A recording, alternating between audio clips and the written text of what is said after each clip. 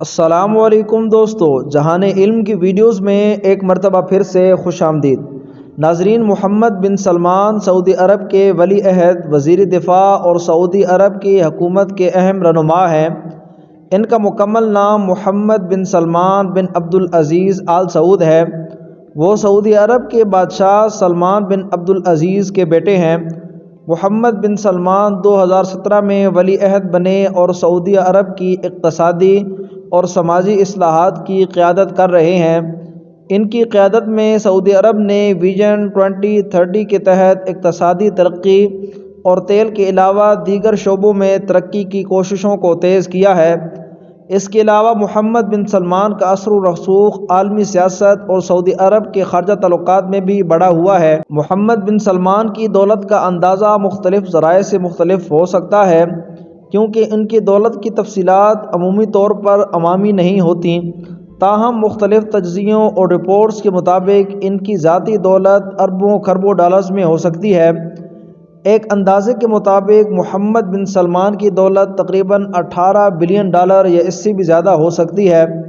اس کے علاوہ سعودی ولی عہد کا خاندان دنیا کے سب سے زیادہ دولت مند خاندانوں میں شامل ہے، اور سعودی حکومت کی مختلف اثاثے اور کاروبار بھی ان کا حصہ ہیں۔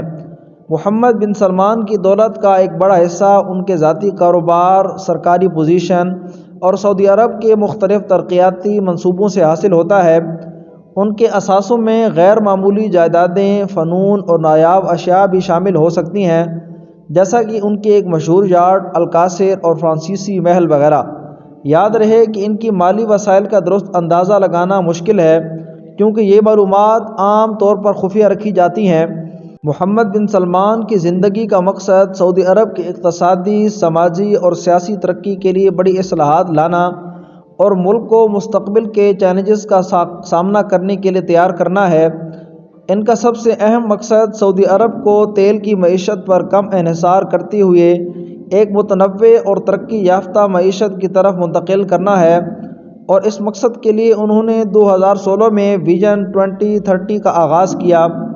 ویژن 2030 کے تحت محمد بن سلمان کی کوشش ہے کہ سعودی عرب کو تیل کے علاوہ دوسرے شعبوں جیسے ٹیکنالوجی، سیاحت اور تفریح میں سرمایہ کاری کے ذریعے مضبوط بنانا ہے، خواتین کے حقوق میں بہتری، ثقافتی سرگرمیوں اور تفریحی صنعت کو فروغ دینا ہے، اور جدید تعلیم کے مواقع فراہم کرنا ہے۔ سعودی عرب کے نوجوانوں کو تربیت اور روزگار کے لیے مواقع فراہم کرنا ہے۔